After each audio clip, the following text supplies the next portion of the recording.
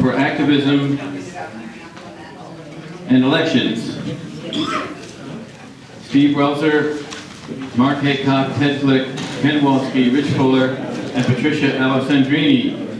These are some of the most experienced people in the Green Party. They're going to talk to you a little bit about their activism and how to run for elections, and then we're going to open it up to questions right away without too much delay, so that you can ask them any questions you want about politics, activism, running for elections. They're the ones that have the answers, their own experience, their own story. They're wonderful stories. And as Howard Zinn said, all of our efforts, even those that seem small, are wonderful victories in themselves. And if enough people engage, even in small acts of resistance, it could have a big impact over time.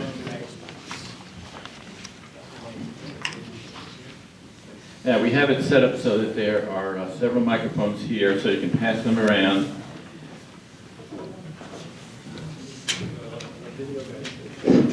Or just holler.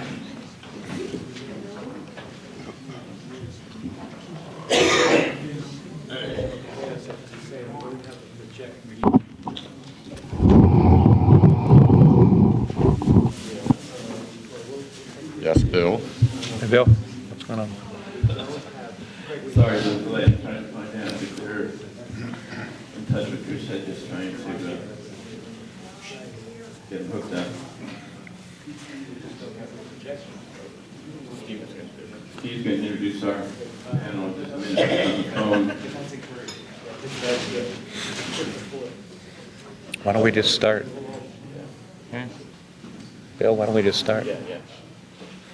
Okay, I'd like to introduce Ted Glick, who's one of our most active volunteers in New Jersey, has been for many years. Let's hear it for Ted Glick, everybody. Okay, I'll be pretty brief since there are a number of us. I've run for office twice. The primary time was 11 years ago when I was the Green Party's candidate for U.S. Senate.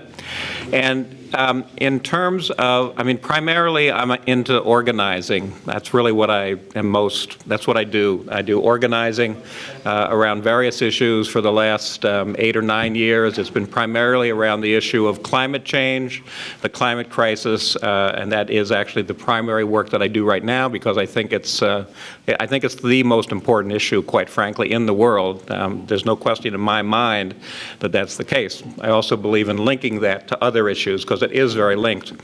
And that's a good segue into electoral activity because one of the good things that you can do when you run for office is you can make connections among issues that sometimes it's not as easy to do when you're just focused on one primary issue.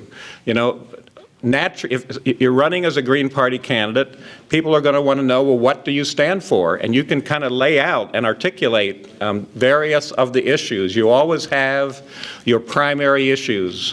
Usually, you're supposed to have 3 or at most 4 major issues that you focus on when you're running for office.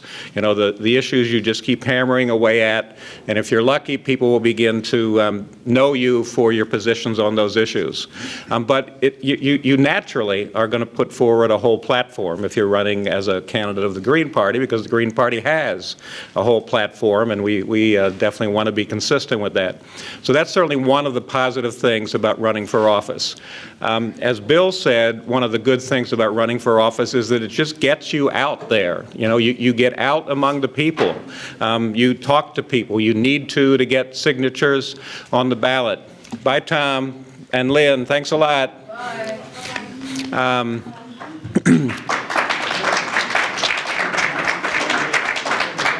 So you have to be interacting with people. That's good in terms of putting forward our message, but it's also important as far as getting a reality check about what people are thinking and how they see what you're saying. You know, it's important for our work to be grounded in where people are, so that we can have an impact and have some good back and forth dialogue. So that's another one of the positive things about, of course, running for office. And of course, you know, as difficult as it is within the United States, you know, in the United States we have basically one of the most undemocratic, quote-unquote, democratic systems in the world. It's winner take all instead of proportional representation. I mean, the reason why Greens are in office in a lot of countries in the world is because a lot of countries in the world where Greens are in office have proportional representation, where you can vote for a party, and if your party gets a certain threshold, usually it's 5%, then you get at least that number of candidates if you make that threshold, and it's a proportional thing. And we don't have that in the United States. It's a very undemocratic system. Then, of course, there's the corporate money that just totally is all throughout the system. The media very much corporatized. All the money that the wealth primary, as it's called, where how much money you raise has a great deal to do with whether you're even seen as serious, you know, and where are you going to get the money? Of course, from rich people. That's the dynamic that always drives it. So it's very hard for Green Party candidates to run for office and win. It's very difficult. The races where Green Party candidates have won, by and large, around the United States are nonpartisan elections, where you're not running on a party line, you're running as an individual, and it's easier. It's easier to get elected, frankly, when you're running as an individual, not attached to something other than Democrat or Republican, just because of the whole history of Democrats and Republicans. It's a two-party system. There is no alternative, et cetera. So, you know, it's always an uphill battle running for office, but, you know, we need to keep holding up the flag of an alternative that's progressive to the Democrats and Republicans, that's about a different vision for the future. So it's important. It's important to do that, just as it's critical that we do the organizing and the grassroots activism at the same time. So, Mark? Or go ahead, Ken, because I think I have something to come after you guys. Thank you.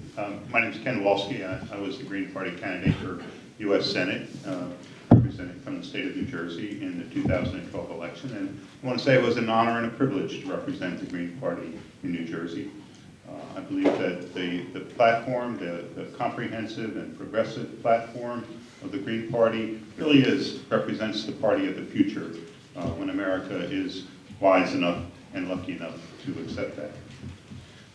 This was my first time on the ballot, and I got over 14,000 votes. So I was very pleased with the result that I got. But it was a lot of effort. I mean, I went from Ramapo College in Bergen County to Rowan University in Glassboro, Bloomfield College in Montclair. Went from Highland Park to Asbury Park, from Trenton to Atlantic City, and from Camden to Princeton, you know, representing the Green Party and campaigning for office. And I want to thank the many volunteers who coordinated, you know, many of these events. I created my own website and my Facebook page. I had a total of $700 to run in donations, and I spent about $300 of those dollars. So I used Facebook quite extensively in my campaign, and I was rewarded when I was accepted by the Library of Congress. My Walski for Senate Facebook page was accepted as an enduring record of my campaign. Of course, I had no hope of winning that particular election, but it was an important venue for getting out some of the issues that were very important to me and some Green Party issues.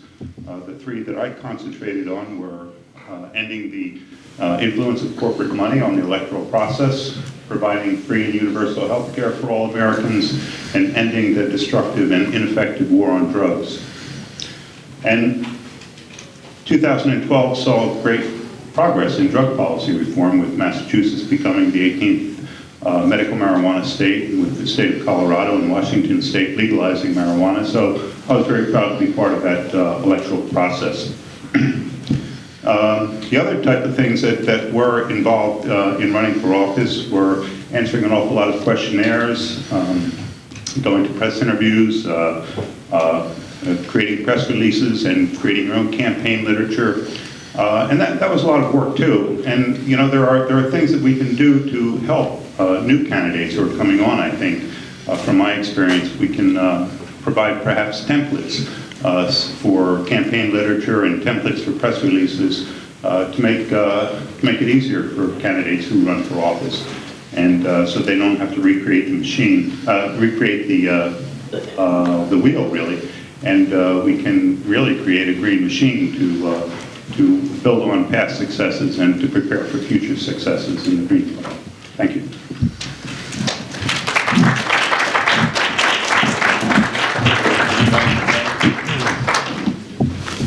Hi, Rich Fuller here, coordinator of Green Party in Monmouth County. Briefly, I'm a veteran for peace. I served my country both in the Army and Navy, which is unusual. So that happened because it was required of every male member, University of Rhode Island, for the first 2 years, and I volunteered in my freshman year for the Navy, and upon graduation as an officer, served for 3 years on active duty. So the key values of the Green Party is what really got my attention way back when Ralph Nader was challenging the corporate system that we live under, and I have felt only a stronger feeling towards the Green Party since that time. On this panel, I'm really the odd man out because I'm the only person who has not run for office and who does not intend to run for office. It's something I can't deal with, but in my own way, I will continue to do the kinds of local activities that I have gotten myself involved in. And one of the big things that's come up today at different times is this issue with money. So I want to address that and try to get you to see this situation a little differently. I say it's all about the money. Student debt. How many students at this university or any other institution of higher learning was responsible for graduating with $100,000 of debt? The system has to be changed. If there were a Green in the White House, you can be sure there would be an executive order requiring the renegotiation of all those student loans. Instead, you see what we have. Money. It's all about the money. Offshore tax havens. It rots your socks, it rots my socks. The American people are putting up with this. Once our green voice gets out there in the newspapers, or alternative media such as Democracy Now!, Truth Dig, where Chris Hedges' voice is heard weekly, these kinds of Link TV, these alternative voices are the voices that the Greens must promote. Tell your neighbors, tell your relatives, tell your acquaintances, go to church or synagogue, talk it up, and they'll have a different opinion of the Green Party when you offer these alternative voices. The schematic picture of the tax system shows corporate spending going during Roosevelt's time when it was up to 9%, 90%, down, way down. And for you and I and the regular people in our society, our burden of taxes is the opposite, going up. Low taxes for the rich, what's for us? You can call it austerity. You can give fancy names like sequestration.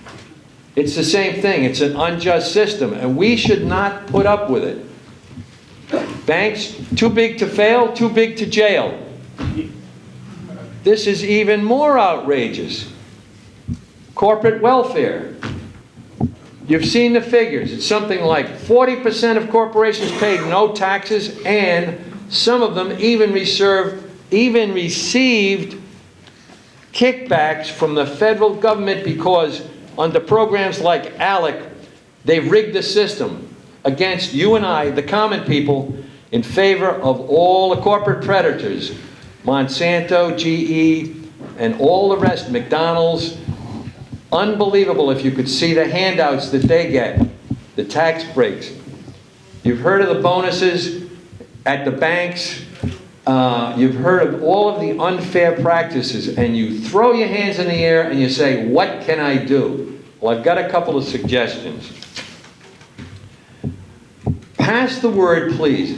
The Green Party on a national level is the only party that does not accept corporate money, contractor money, union money. When all these folks ran for office, they had to scrape to get nickels and dimes from their neighbors, their relatives, friends, and acquaintances. We have to dig down. Not one person can do it. A little here, a little there, to build up our treasury. And I drew a picture here. I hope you'll take with you.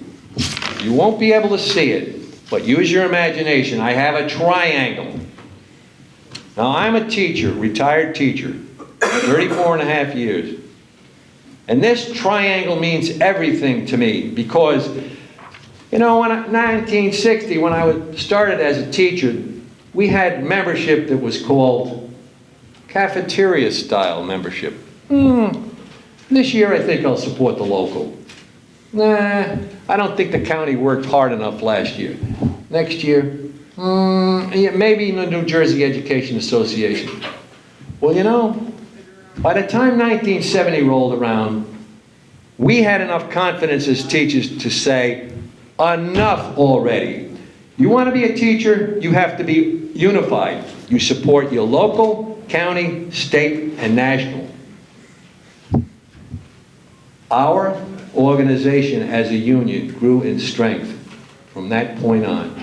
1970, 71, 72. The whole country, one by one, the states did it. What does that have to do with you? Everything, because the triangle in this room says we have a Green Party local, some county, we have a Green Party state, and we have GP US, or gp.org.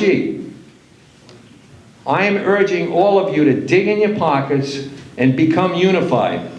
Whatever you gave last year, let's say the dues are $25. I don't know what the dues are because I throw in more than that.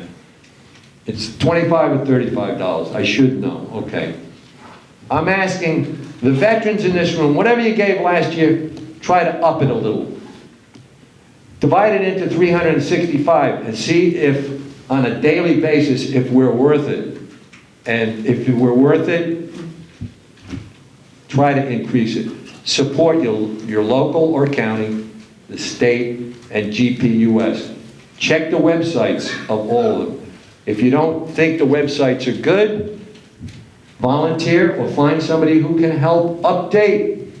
There's all kinds of technological skills among our Green Party members. If we could just get more volunteers. It's a volunteering of money, skills. Volunteer to put a yard sign out before you leave, where the sheet says you want to volunteer. When elections come up, yeah, I'll put a yard sign. That helps tremendously. Ask your neighbor. You'll sign a petition. That's another way to volunteer.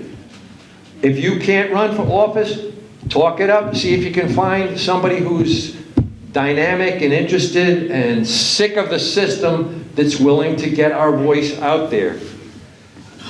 There's something called, well, let me backtrack and set this situation up.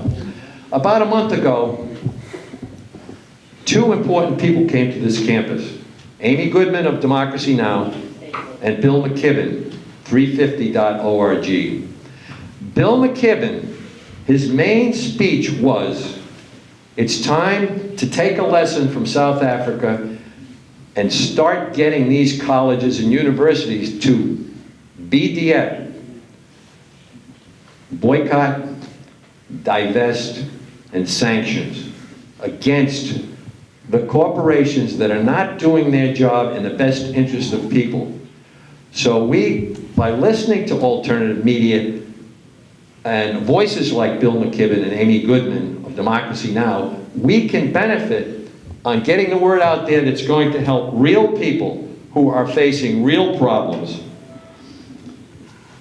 There is a journal called the Green Money Journal. Has it, just quick show of hands, anybody ever seen it? All right. The Green Money Journal helps citizens know that there are investments that you can make that have been socially screened, like no landmines, not the weapons of war, and destructive things to the environment. So I would urge you, if you just have a regular portfolio, to look into this. My wife and I decided within the last 6 months that we had enough, and we did withdraw investments, and we went to what might be considered greener choices. I assume that I've talked long enough, so I'm going to pass it on. Thank you.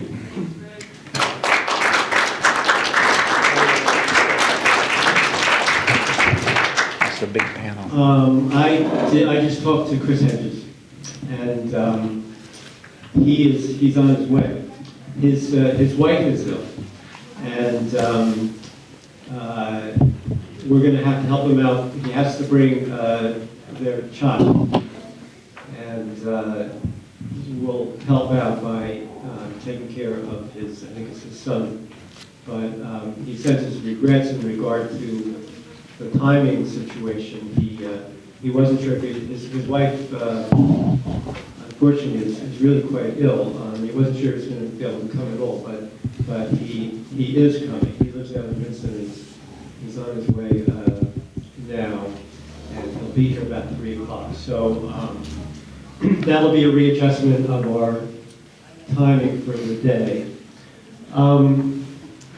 But we can expect him to kind of close for us. Now, what I want to do, I'm going to hand around something right now, and then we're going to talk about it. It's about how to get our candidates on the ballot. So it's going to be, this is a very practical thing. Let me just hand out something for you all to have, and then we're going to go over it. I need some.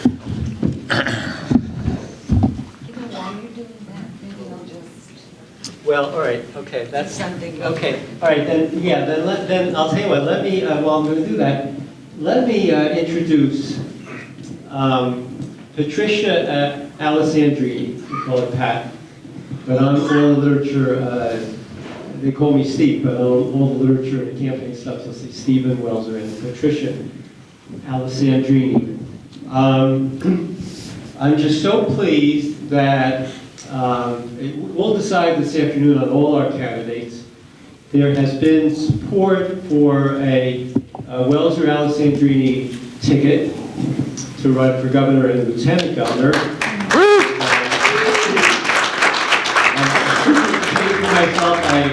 I appreciate the support that has come forward so far. But I was especially pleased to have Pat on the ticket. First of all, we'll provide gender balance and also geographical balance in the state. But more than that, Pat is probably our most seasoned candidate. Pat ran for state assembly, I think it was 2003. She ran for county freeholder, and she has run the last 2 times for U.S. Congress. And the last time she ran, last year, she got the highest vote total of any Green candidate in New Jersey running for that office. I mean, it was almost 7, by the time they were done counting everything, it was almost 7,000 votes, which was really a terrific outcome. So, Pat has experience. She has very good name recognition in her area. She has the support of one of our best locals. And while I hand these out to you, and then we're going to go over them, I'm going to hand this over to Pat Alessandri. Thank you. I don't really need a microphone. Yes, you do. Yes, you do. First of all, I was very flattered that Steve asked me to run on the ticket with him, because Steve is one of the founders and he's done a marvelous job. He's always so helpful, right there. You call him and you can ask him to help you with anything and he'll be there. I started out as a registered nurse. I'm doing substitute teaching right now to supplement, the little income we all get. And I just want to be very brief and beg everybody here to run for office. You need only to get signatures to get on the ballot. You really don't have to spend a lot of time or money or effort after that. But we have to get the Green Party on, keep that status on the ballot. Because there was a court case in which we were able to finally get the designation Green Party on the ballot. In my county, Bergen County, it's very light and very small, but it's there, okay? And obviously, 7,000 people didn't know me personally, but it gave them a chance to vote for an alternative party. Okay, and I'm very proud to run as a Green, and I'll run again and again, wherever I can, okay, probably in Bergen County. And it gives you the opportunity to get out and discuss issues. Unfortunately, you've all heard the saying, the American people are the best entertained and the least informed. Oh, unfortunately, that is so true. But it does give you a chance to get out, talk about issues. You can have a website. We have a great webmaster that fixes the website. You just put your issues in and you'll get lots and lots of help. Believe me, you'll get lots of help. My own Bergen County group is marvelous. Joe is our webmaster. He got a website. No, he put me on Facebook, and I'm so electronically naive. He put me into some social network where the day after he did this, he asked me, of course, and I said, yes, great. I got so many emails about people liking Patricia Alessandrini for Congress. He really was able to spread this news to a lot of people, and I suppose this is how I got the vote, because the issues I support. I didn't bring any literature with me, my own. All I did, guys, please, run, get on the ballot. You don't have to spend a lot of money and a whole lot of time, okay? Or as much as you are willing to do. But what I did was I wasn't able to get brochures this time. The woman who did them was very ill, couldn't do it. And I couldn't get anybody at the last minute, and there were other things coming up. So I printed out my issues that I support for my website. Went to Staples, got colored copies, and passed those out. It had my name, Green Party, website, the issues we support. They are green issues. Go to my website and you'll see what they are. And I'm always so proud to run as Green. I'm very proud of our party. I love our party. I love you for being here. Thank you.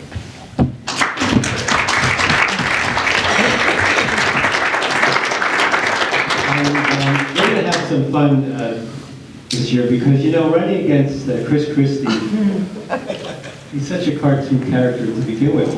But it's going to be a very high-profile race because it's an off-year election in most states. And in addition, Chris Christie has this national prominence now, that he's some kind of candidate possibly contending for his party in 2016, for better or for worse. Mostly for worse. He loves millionaires, and he hates labor unions. At least the Democrats are more equal opportunity in that respect. They love taking the campaign funding money from both the millionaires and the labor unions. Our Green campaign will be advocating, of course, for the working people and the 99%.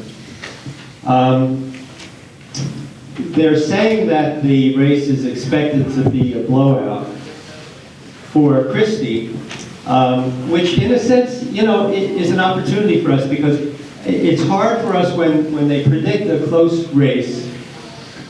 We always get all these people who are so much in favor of our platform and our positions, but they say, I'm afraid that I can't vote third party, they say. But in a year when it might not be such a close race, I think we can make a case that it would be more meaningful for people who do agree with us, and there are so many, to go ahead and cast. It would be more meaningful to vote for, to show that they want an alternative, they want a green type of alternative, than to cast the vote for the Democratic sacrificial lamb, whoever it will be this year.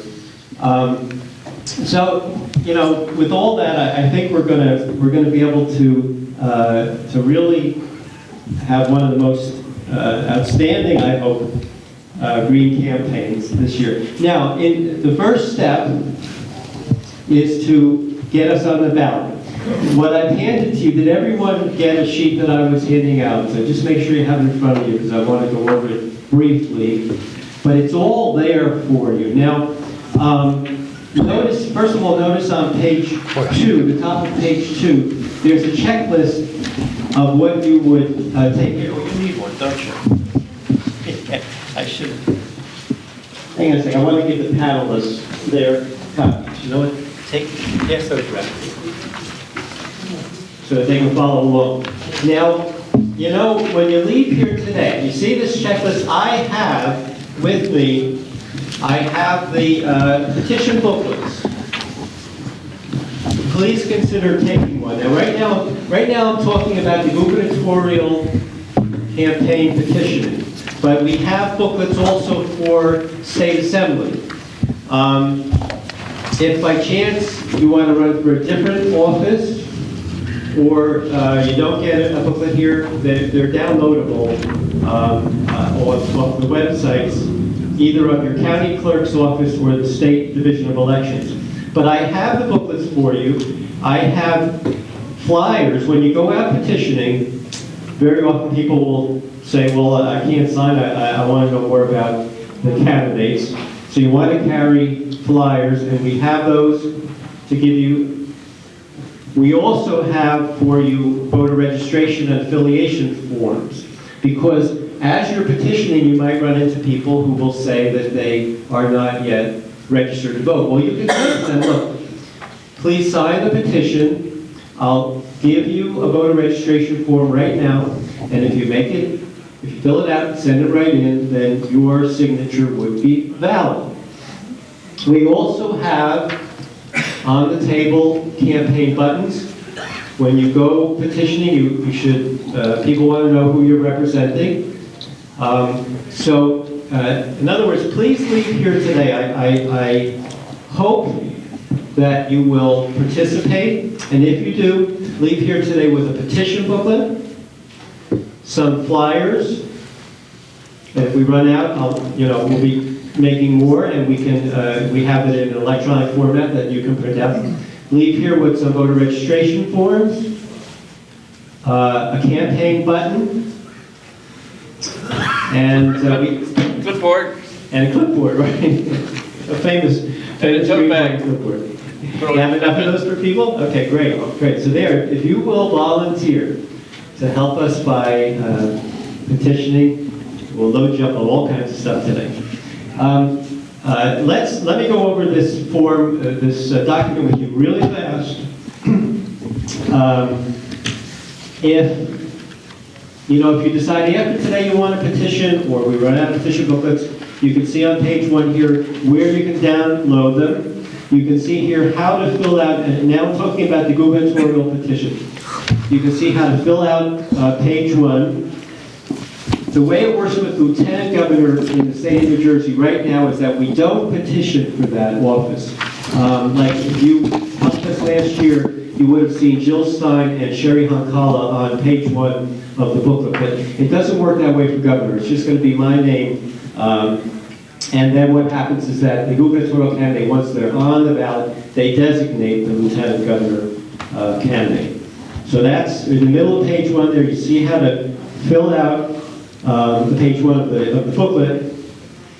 Page 2 of the petition booklet just has the Green Party as our slogan all the way down. It's very important that you sign, that you be a signer of the petition that you're circulating. You're going to do two things. You're going to sign it. You need to circle where you sign it because that'll help us when we go and submit the petitions in Trenton. And you're going to fill out, at the end of the process, a page 13 as the circulator of the booklet. You have to fill that out in front of a notary. Probably on the evening of June 2nd, these petitions are all due in on primary day, which is June 4th, Tuesday. On the evening of June 2nd, I will probably have a notary at my house, and what I want you to do, please, if you're going to participate, of course, let us know your full contact information. Between now and June 4th, we'll stay in touch with you. We want to be able to monitor how many signatures we have at any given time. But back and forth, we'll stay in touch with you. Please stay in touch with us. And as we get up towards June 2nd, I'll give you the full information. You'll probably, if you don't have a chance to go to a notary on your own, you can probably come to my house the evening. That's Sunday, June 2nd. Hang on just a second. And I'll have a notary at the house.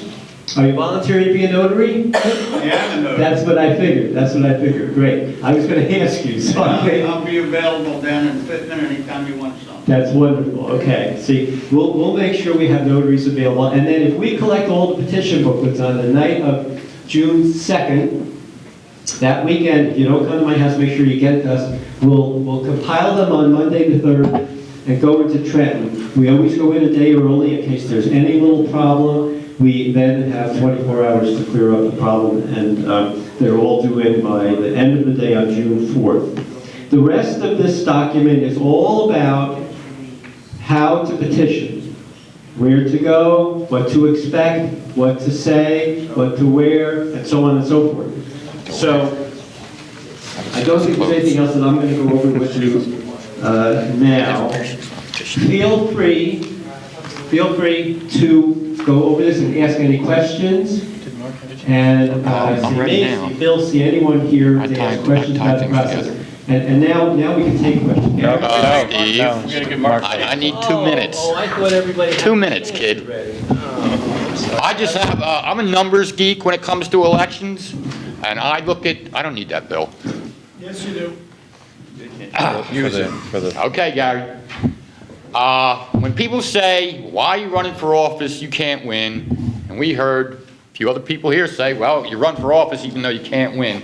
If you look at the numbers, it's possible. We just had, once again, the most important election of our lifetimes. In my county, Camden County, only 50% of the registered voters voted. And it was about the same all across New Jersey. And this is the most important election. So in this year's election for governor, it'll probably be between 45 and 50% of the registered voters are voting. That means half the voters don't give a damn about this race.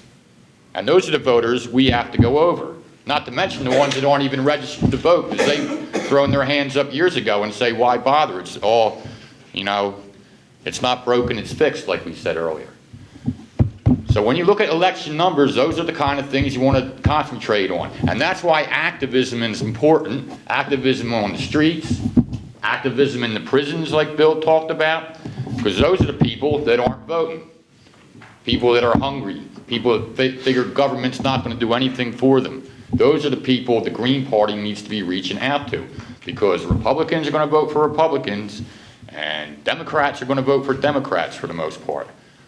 The other ones that aren't either, that's what we have to concentrate on. When you talk to people that aren't registered, I urge them to register and to not ever vote for a Democrat or Republican, because they already know that they're just a bunch of crooks. So you're not telling them anything they don't already know.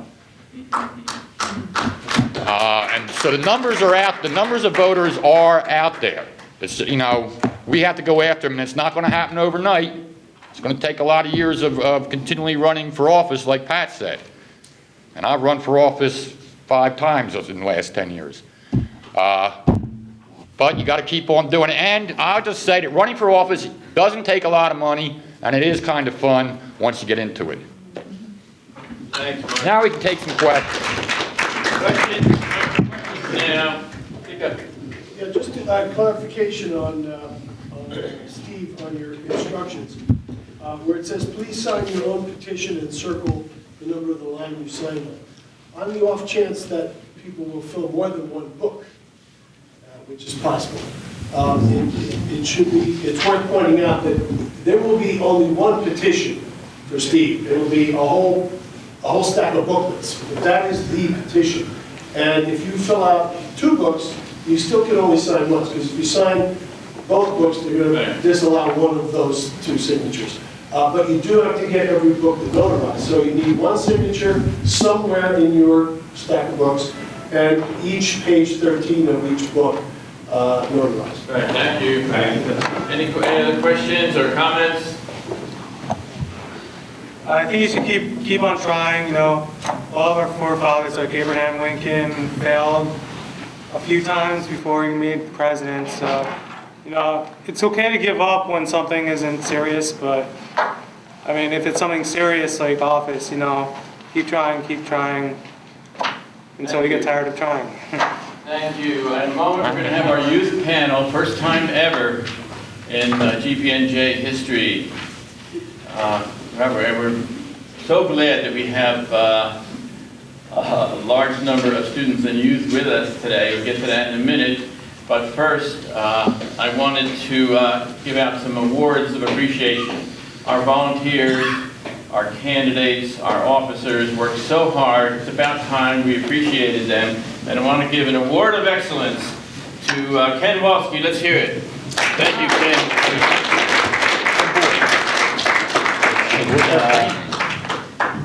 One of our best activists, I guess you can tell, in New Jersey, and especially dealing with the poor. A lot of people that he deals with don't even have address, you know, but they're still important. They're still real people, and they have needs. Get them to use the mom's address when register.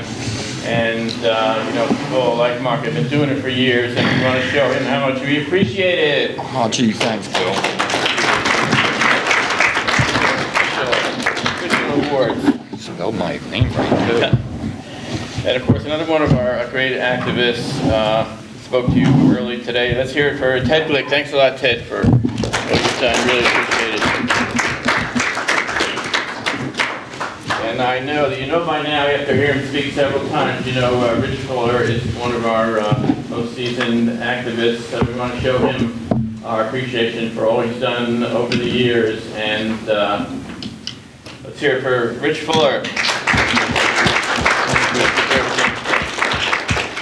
And I don't have to say anything more about Patricia Alessandrini. Steve already said it, and we need more women in politics in general, in government in general. True. Especially in the Green Party, and we hope that a lot of young women follow in her footsteps. Let's hear it for Patricia Alessandrini. You'll do just fine. Okay, let's have, any more questions for our activist and election panel? So have all the materials. Please consider helping with the petition drive, and it would be very convenient. Yeah, that's good. It would be very convenient just to take home today all the materials that you need. We need to hand in 800 signatures minimum on June 4th. But we always try to double that. If we can hand in 1,200 or 1,400, certainly 1,500, then we know that the petition won't be challenged. They won't bother to challenge that. If we handed in 810 signatures, the Democrats would probably try to throw us off the ballot. So we're shooting for 1,500. It's a very doable goal, and we hope very much that you'll participate. Can I add one thing to that, Steve? And if you look at a booklet and it has spaces for 100 signatures, you don't have to fill the whole thing. If you just get 10 or 20, believe me, it helps, because if I have five or six of my friends go out and get 10 or 20 signatures each, well, that's 100 I don't have to go get myself. So, and it really, really does help out. So don't feel intimidated. For you to get. Huh? That just provides the opportunity for you to get. Yes, I get it. Yeah, right. Because I get a lot of signatures. So don't feel intimidated when you see those 100 spaces like, oh, I got to get 100 signatures. It helps the candidate out if you just get 10 or 20. It really, really does. Yes. I have a question. If a person said they have signed petitions for a candidate, are they allowed to sign another petition for a different candidate? Can it be done by office? You can only sign for one petition. For the same office. If it's a different office. For the same office? Yeah, for the same office, sure. Yeah, but a different party, that's not allowed, right? Right. Okay. Any more questions? Anything at all? No such thing as a stupid question. Any question at all? We have Now's stupid the time answers. to ask it. Yes.